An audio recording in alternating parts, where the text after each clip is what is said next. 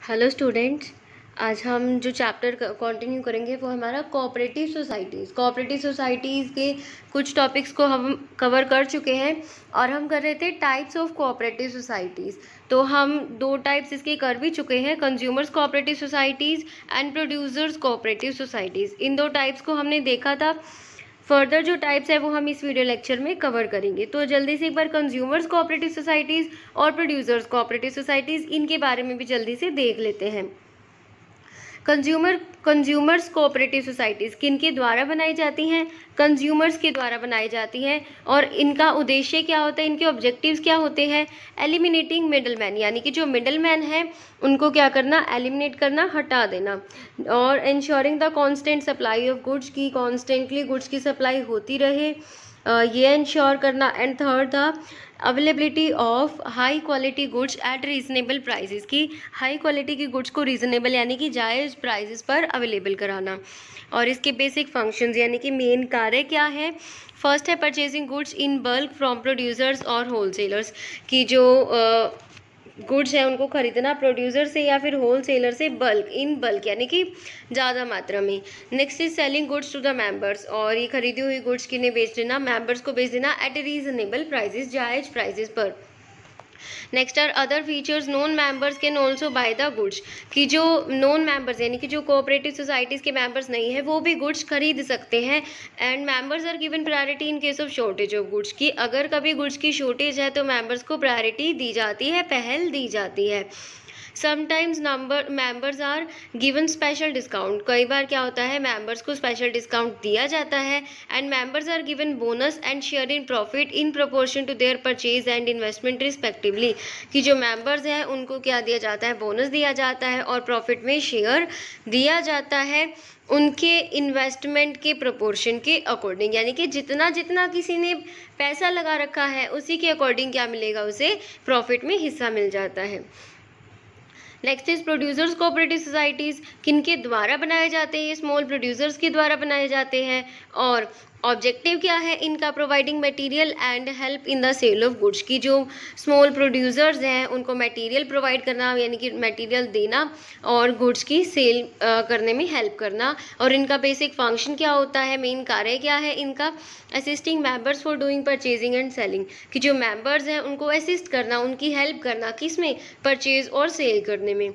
और उनके other function क्या है? Relieve producers from other burden so that they can concentrate on production activities, मतलब जितने भी और तरह की जो चीज़ें हैं जो प्रोड्यूसर्स के लिए एक तरह से बर्डन होती है उन चीज़ों को हटा देना, ताकि जो प्रोड्यूसर्स है वो अपना जो कंसंट्रेशन है वो किस पर कर सके, प्रोडक्शन एक्टिविटीज़ पर कर सके। Next is cooperative marketing societies, यहाँ से मेनली जो हमारा टॉपिक है वो स्टार्ट होता है। Third type cooperative marketing societies, देखो ये किनके द्वारा बनाई जाती हैं? स्मॉल प्रोड्यूसर्स एंड आर्टिसंस के द्वारा बनाई जाती हैं। Who face difficulties in selling their products and at handsome profit single handedly, यानी कि स्मॉल प्रोड्यूसर्स जो होते हैं मतलब बहुत छोटे लेवल पर अगर प्रोडक्शन कर रहे हैं, या फिर जो आर्टिसंस होते हैं जो आर्टिस्टिक गुड्स बना रहे हैं, कलाकारी की वस्तुएं जो बनाते हैं, जिन्हें अपने जो गुड्स है वो मार्केट में सेल करने में बहुत ही डिफ़िकल्टीज़ को फेस करना पड़ता है, तो उन सभी लोगों के द्वारा मिल करके इस तरह की कोऑपरेटिव सोसाइटीज़ बनाई जाती हैं। और इनका ऑब्जेक्टिव क्या होता है, इनका उद्देश्य क्या होता है? सबसे पहला बताया providing regular market to the members, कि जो मेंबर्स हैं उनको क्या करना, रेगुलर मार्केट प्रोवाइड करना, कि कॉन्टीन्यूसली जो इनके प्रोडक्ट हैं वो सेल होते रहें। और providing relief to the members from exploitation of the middleman, कि जो मेंबर्स हैं उनको मिडलमैन के एक्सप्लॉयटेशन से या शोषण से क्या किया जाता है, रिलीव किया जाता है, बचाया जाता है। और इनकी बेसिक फंक्शन क्या है, मतलब क्या कार्य करते हैं? ये पहला है collecting goods from the members, कि जो मेंबर्स हैं, मेंबर्स कौन है यहाँ पर? स्मॉल प्रोड्यूसर्स हैं और वो लोग हैं जो आर्टिस्टिक गुड्स बना रहे हैं, कलाकारी की वस्तुएं बना रहे हैं, तो उनसे क्या की जाती है, गुड्स कलेक्ट की जाती हैं और उसके बाद उन्हें क्या किया जाता है, सेल कर दिया जाता है। देखो बनाई गई स्मॉल प्रोड्यूसर्स के द्वारा, और ये स्मॉल प्रोड्यूसर्स अपने द्वारा गुड्स बना करके कहाँ भेज देंगे, कोऑपरेटिव मार्केटिंग सोसाइटी में। तो यानी कि क्या कर दिया इन्होंने, अपनी बनाई हुई गुड्स को कहाँ बेच दिया, कहाँ सेल कर दिया, कोऑपरेटिव मार्केटिंग सोसाइटी में। अब कोऑपरेटिव मार्केटिंग सोसाइटी जो है वो काम क्या करेगी, सबसे पहले तो गुड्स कलेक्ट करेगी, गुड्स ले लेगी, किससे, किसी भी स्मॉल प्रोड्यूसर से या फिर आर्टिसन से। फिर उसके बाद उन गुड्स को, कलेक्ट की हुई गुड्स को सेल किया जाएगा एट रीजनेबल प्राइसेस, जायज़ प्राइसेस पर, जायज़ दामों पर गुड्स को सेल किया जाएगा ताकि इन्हें खरीदने वाले लोगों की संख्या बढ़ सके। और थर्ड है taking care of the market places during trade deals like checking fraud in accounts using false weight.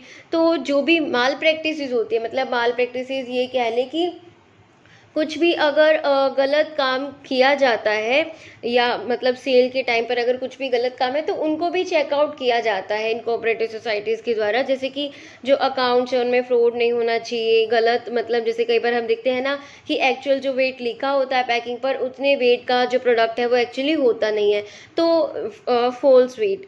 तो इस तरह की चीज़ें ना हो, इसका भी ध्यान में रखती है कोऑपरेटिव मार्केटिंग सोसाइटीज़। और इनके अदर फंक्शंस क्या है, पहला है it increases the capacity of bargaining and also provides financial assistance to the members, कि बार्गेनिंग जो है उसे इंक्रीज करती है, मतलब बार्गेनिंग कैपेसिटी को क्या है, बढ़ाती है, and provides the financial assistance to the members. देखो जब बार्गेनिंग कैपेसिटी बढ़ जाएगी, मतलब तो जो लोग हैं वो क्या है, हमारे जो गुड्स उनको खरीदने लगेंगे, और इससे क्या होगा कि जो मेंबर्स हैं उनको फाइनेंशियल असिस्टेंस मिलेगी, हेल्प मिलेगी फाइनेंस को कलेक्ट करने में। यानी कि जब इनके प्रोडक्ट्स जो है वो सेल हो जाएंगे स्मॉल प्रोड्यूसर्स के, तो इनको क्या मिलेगी, फाइनेंशियल असिस्टेंस मिलेगी, हेल्प मिलेगी। Second is it helps in making arrangement of transportation, warehousing, packing and marketing research for the members, कि जो members हैं मीन्स जो small producers हैं उनको ये societies help करती हैं किसमें, ट्रांसपोर्टेशन को अरेंज करने में, यानी कि जो ट्रांसपोर्ट फैसिलिटीज़ है उनको अरेंज करके देती है। वेयर हाउसेस को अरेंज करते हैं, वेयर हाउसेस मतलब ऐसी जगह जहाँ पर गुड्स को स्टोर करके रखा जाता है सेफली। पैकिंग और मार्केटिंग रिसर्च में भी कोऑपरेटिव सोसाइटीज़ हेल्प करती है। मार्केटिंग रिसर्च क्या होता है कि ये जानना कि मार्केट में हमारी डिमांड कितनी है, या जो कस्टमर्स हैं हमारे प्रोडक्ट को कितना लाइक करते हैं, या अगर कस्टमर्स जो है वो क्या हमारे प्रोडक्ट में कुछ चेंजेस चाहते हैं, तो इन सब चीज़ों को सर्च करना, फाइंड आउट करना मार्केटिंग रिसर्च कहलाता है। और थर्ड बताया है after deducting the expenses and reserves from the total sale they distribute the remaining amount to the members in proportion to their contribution, यानी कि जितने भी खर्चे हैं उन सबको हटा देने के बाद और प्रॉफिट में से कुछ हिस्सा रिजर्व के रूप में रख लेने के बाद जो भी प्रॉफिट बचेगा वो मेंबर्स में डिस्ट्रीब्यूट कर दिया जाता है उनकी इन्वेस्टमेंट के अकॉर्डिंग, यानी कि जितना जितना जिसने पैसे लगाया है उतना उतना क्या मिल जाएगा, उसे अपने प्रॉफिट में हिस्सा मिल जाएगा। अब नेक्स्ट है कोऑपरेटिव क्रेडिट सोसाइटीज़। देखो क्रेडिट मतलब जैसे हम बोलते हैं क्रेडिट देना, यानी कि उधार देना, पैसे उधार देना। तो कोऑपरेटिव क्रेडिट सोसाइटीज़ क्या करेंगी, मतलब जो मेंबर्स हैं उनको मनी क्रेडिट पर देंगी या फिर क्रेडिट फैसिलिटी देंगी, पैसे उधार देंगी। किनके द्वारा बनाई जाती हैं ये, जनरल पर्सन्स के द्वारा, मतलब कोई भी लोग मिल करके कोऑपरेटिव क्रेडिट सोसाइटीज़ बना सकते हैं जिन्हें लगता है कि उनकी फाइनेंशियल पोजीशन सही नहीं है या फिर उन्हें मतलब पैसे की कमी होती रहती है, तो ऐसे लोग मिलकर के कोऑपरेटिव क्रेडिट सोसाइटीज़ बनाते हैं। देखो क्या होगा कि जितने भी मेंबर्स हैं वो अपना थोड़ा थोड़ा पैसा कंट्रीब्यूट करेंगे और उससे क्या बन जाएगी, कोऑपरेटिव क्रेडिट सोसाइटी बन जाएगी। और ये इस कंट्रीब्यूट किए हुए पैसे से किसी भी मेंबर की हेल्प कर दी जाएगी, उन्हें क्रेडिट फैसिलिटी दे दी जाएगी, पैसा उधार पर दे दिया जाएगा। और जो रेट ऑफ इंटरेस्ट है यानी कि जो ब्याज लगेगा उसकी जो रेट है, उसकी जो दर है वो क्या होगी, कम होगी। तो इसके ऑब्जेक्टिव क्या है, उद्देश्य क्या है, to help the members feel free from clutches of money lenders, की जो मेंबर्स हैं उन्हें फ्री फील हो, यानी कि वो रिलीव या रिलैक्स करें मनी लैंडर्स के क्लचेज से। मनी लैंडर्स कौन होते हैं, मतलब जो पैसा उधार देते हैं, शाहूकार वगैरह, और बहुत ही हाई रेट पर जो पैसा उधार देते हैं, उनकी क्लचेस यानी कि उनकी जकड़न में अब नहीं आएंगे हमारी कोऑपरेटिव क्रेडिट सोसाइटीज़ के मेंबर्स। और सेकंड ऑब्जेक्टिव है to encourage habit of saving in the members, कि जो मेंबर्स हैं उनमें सेविंग्स की हैबिट को इनकरेज करता है। देखो मेंबर्स को क्या होगा कि हम पैसा सेव करके कोऑपरेटिव क्रेडिट सोसाइटी में इन्वेस्ट कर दें। तो और इनके मेन फंक्शंस क्या है, एक्सेप्टिंग डिपॉजिट्स, डिपॉजिट्स को एक्सेप्ट करते हैं, यानी कि जो मेंबर्स हैं या जो नॉन मेंबर्स हैं उनसे पैसा लेते हैं, यानी कि जैसे बैंक करते हैं ना कि आप अगर अपनी मनी को डिपॉजिट कराना चाहें तो बैंक में डिपॉजिट करा सकते हैं, बदले में बैंक आपको क्या देगा, इंटरेस्ट देगा, ब्याज देगा। तो इस तरह से कोऑपरेटिव क्रेडिट सोसाइटीज़ भी ये काम करती हैं। सेकेंड है providing loans to the members at reasonable rate of interest and on easy terms, की जो मेंबर्स होते हैं उनको रीजनेबल रेट ऑफ इंटरेस्ट पर और इजी टर्म्स पर लोन दिया जाता है।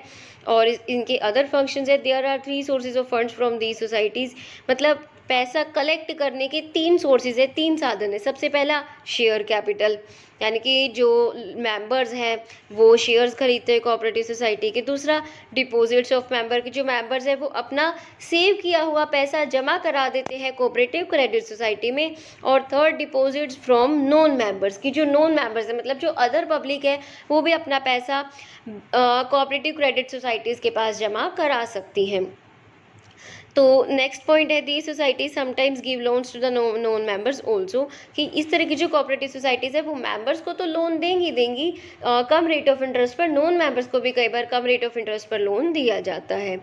Next is cooperative farming societies, इस तरह की जो सोसाइटीज़ होती है वो स्मॉल फार्मर्स के द्वारा बनाई जाती है। देखिए कोई फार्मर है, किसान है, जिसके पास जो भूमि का टुकड़ा है वो छोटा है, मतलब जो पीस ऑफ लैंड है वो स्मॉल है, छोटा है, तो ऐसे में वो फार्मर मॉडर्न टेक्निक्स को नहीं लगा पाएगा अपनी भूमि पर, मतलब एग्रीकल्चर करते हुए वो जो नई नई टेक्निक्स हैं उनको नहीं अपना पाएगा, क्योंकि उसके पास इतनी ज़मीन नहीं है कि वो अच्छी अच्छी टेक्निक्स खरीद सके, उसकी इतनी कमाई नहीं होती है।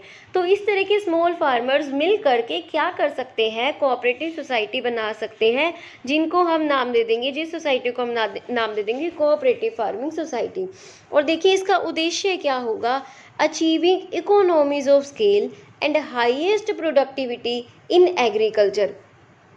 इससे क्या होगा, इन कोऑपरेटिव सोसाइटीज़ का मेन उद्देश्य क्या होता है कि ये जो स्मॉल फार्मर्स है ये क्या करते हैं, मतलब पैसा इकट्ठा करते हैं कोऑपरेटिव सोसाइटी के थ्रू, और उसके बाद जो टेक्निक्स इन्हें अपने भूमि के लिए चाहिए, अपनी लैंड के लिए चाहिए, अपनी ज़मीन के लिए चाहिए, उन्हें अवेलेबल कराएंगे। यानी कि जो कोऑपरेटिव सोसाइटीज़ हैं लाइक ट्रैक्टर, थ्रेशर वगैरह इन चीज़ों की जैसे ज़रूरत होती है और जो स्मॉल फार्मर्स हैं वो नहीं खरीद पा रहे हैं, तो ये जो कोऑपरेटिव फार्मिंग सोसाइटीज़ है इस तरह के कॉमन टेक्निक्स को यूज़ कर लेती है, कॉमन इक्विपमेंट्स खरीद लेंगी, कॉमन औजार खरीद लेंगी, जिससे कि ये जो स्मॉल फार्मर्स है मतलब इनमें से कोई भी इन्हें यूज़ कर सकता है, तो इन टेक्निक्स का फ़ायदा उठा सकते हैं और इससे कि जो हमारी प्रोडक्टिविटी है, जो उत्पादकता है वो क्या हो जाएगी, बढ़ जाएगी।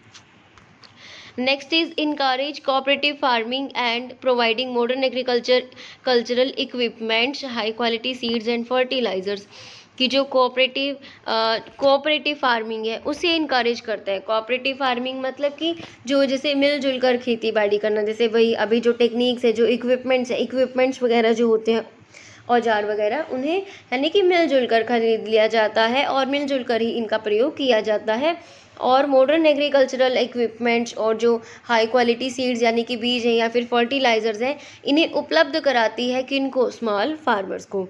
और अदर फंक्शंस इनके the societies play a significant role in getting a members rid of the drawbacks of the small scale farming, की जो स्मॉल स्केल फार्मर्स हैं उनकी जो एक ड्रॉबैक होती है, एक सीमा रहती है कि वो मॉडर्न टेक्निक का प्रयोग नहीं कर सकते, लेकिन अगर कोऑपरेटिव फार्मिंग सोसाइटीज़ बना ली जाए तो जो स्मॉल फार्मर्स हैं वो भी नई टेक्निक्स का, अच्छी अच्छी टेक्निक्स का यूज़ कर सकते हैं। Next is cooperative housing societies. अब देखिए ये सोसाइटीज़ किन के द्वारा बनाई जाती है, जनरल पर्सन्स के द्वारा बनाई जाती है। जैसे कि मतलब अगर कुछ लोग हैं जिनकी फाइनेंशियल पोजीशन सही नहीं है, मतलब जो कि अपना घर खरीदना चाहते हैं, तो वो लोग मिलकर के कोऑपरेटिव सोसाइटी बना लेंगे और कोऑपरेटिव सोसाइटी बना लेंगे तो उसका उद्देश्य क्या होगा कि जो मेंबर्स हैं उनको रहने के लिए घर उपलब्ध कराना, प्रोवाइड कराना।